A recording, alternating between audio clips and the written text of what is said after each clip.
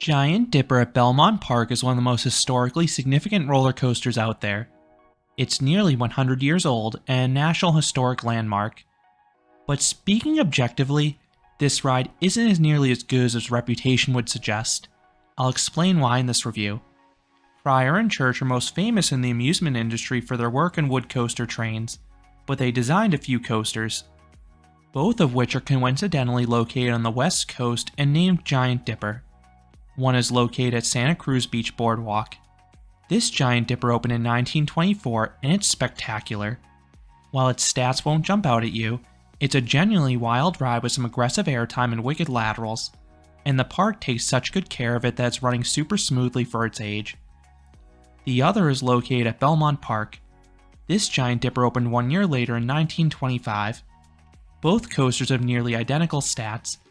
They have the same max height at 70 feet or 21 meters, and approximately 2,600 feet or 790 meters of track. Both rides start with a dark tunnel and consist of a double out and back layout. But the version at Belmont Park has two things working against it. One, it does not have much airtime. Most hills seem to be 10 to 15 feet too large for their own good. Two, it runs way rougher. The second may be explained by the financial issues Belmont Park has experienced. This ride and park have been on the chopping block several times as a result. Whereas Santa Cruz's Giant Dipper has operated continuously since it debuted, Belmont's Giant Dipper has narrowly avoided the wrecking ball. By the 1950s, the amusement park was owned by the city of San Diego, but the property had developed a reputation as rundown and seedy. In 1969, William Evans took over the lease of Belmont Park and wanted to build an oceanfront hotel. But public outcry prevented this, so instead, Evans rejuvenated the park and made it a family-friendly destination. It wasn't too surprising San Diego offered Evans a new lease in 1976 as a result, but Evans refused to sign it, citing increased operational costs. This led to Belmont Park closing. Almost all the park's belongings were auctioned off. What remained became a roving ground for drug dealers and vagabonds.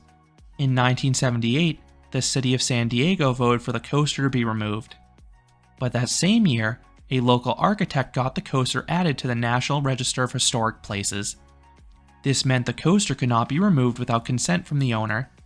While San Diego owned the land, Evans still owned the coaster. He refused to let the city tear it down. The American coaster enthusiast Sir Ace and locals banded together to form the Save the Coaster Committee. They fundraised on behalf of the coaster and tried to get it operational again.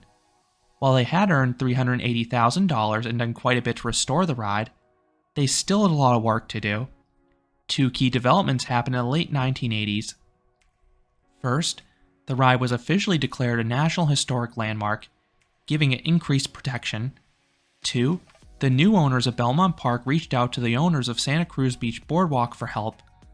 This led to the creation of the San Diego Coaster Company. After the coaster sat dormant for over a decade, it triumphantly reopened in the summer of 1990, and it has operated ever since. For many years, this coaster had an iconic Pepto-Bismol paint scheme. I know some found it ugly, but I actually liked the distinctive pink floorboards and sea green running rails the coaster had.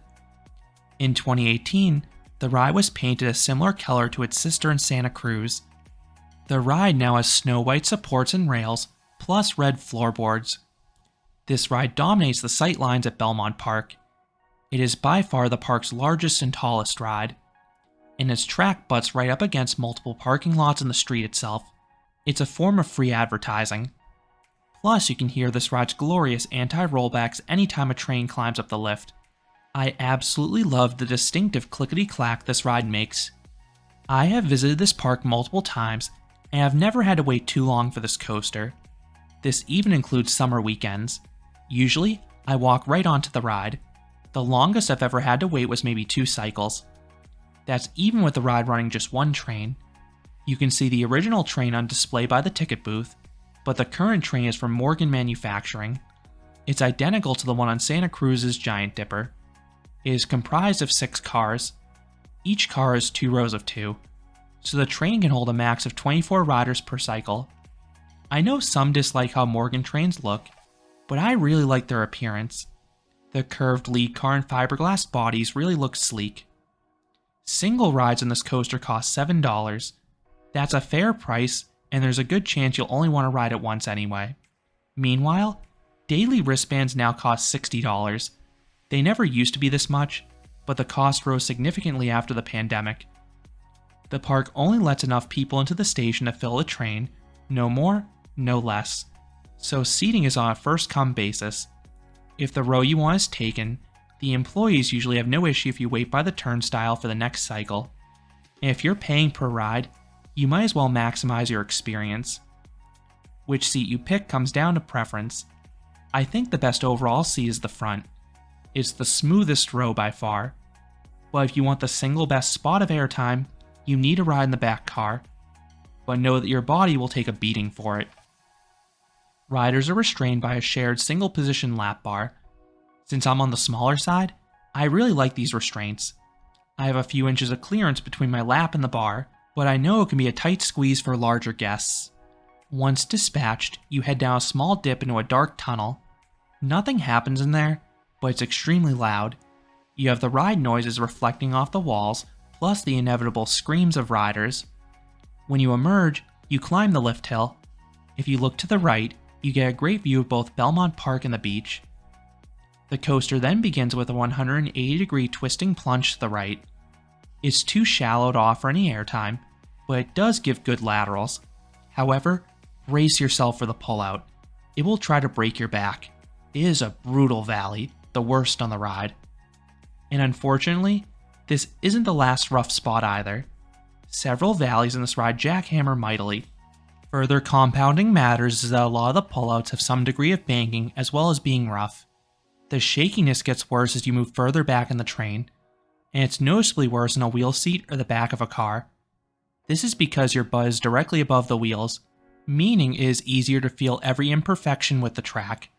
The ride was rough back in 2020, but it was noticeably rougher in my rides last month. After the drop, you have a giant camelback.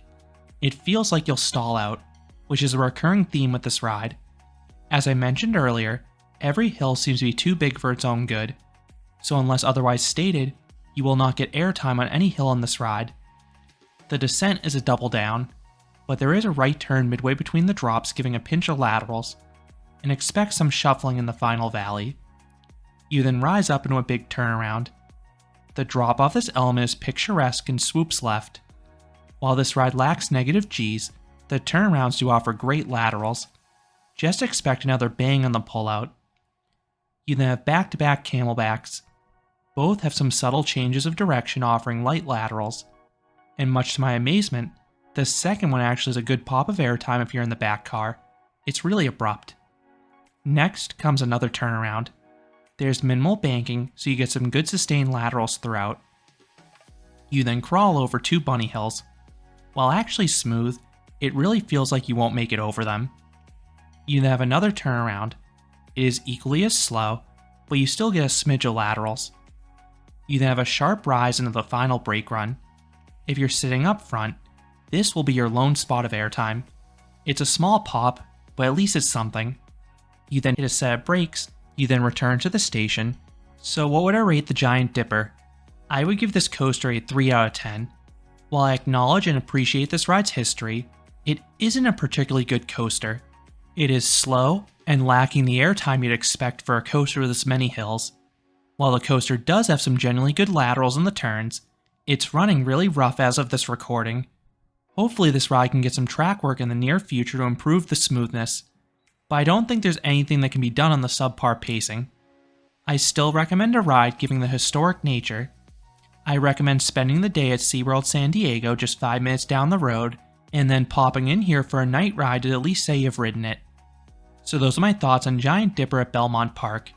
What are your thoughts on this classic wood coaster? Do you like it? Or do you have similar issues as me? Let me know down in the comments. If you enjoyed this review, I would appreciate it if you gave this video a like, and you considered subscribing, because there'll be a lot more roller coaster and amusement park videos here at Canopy Coaster. Thanks for watching.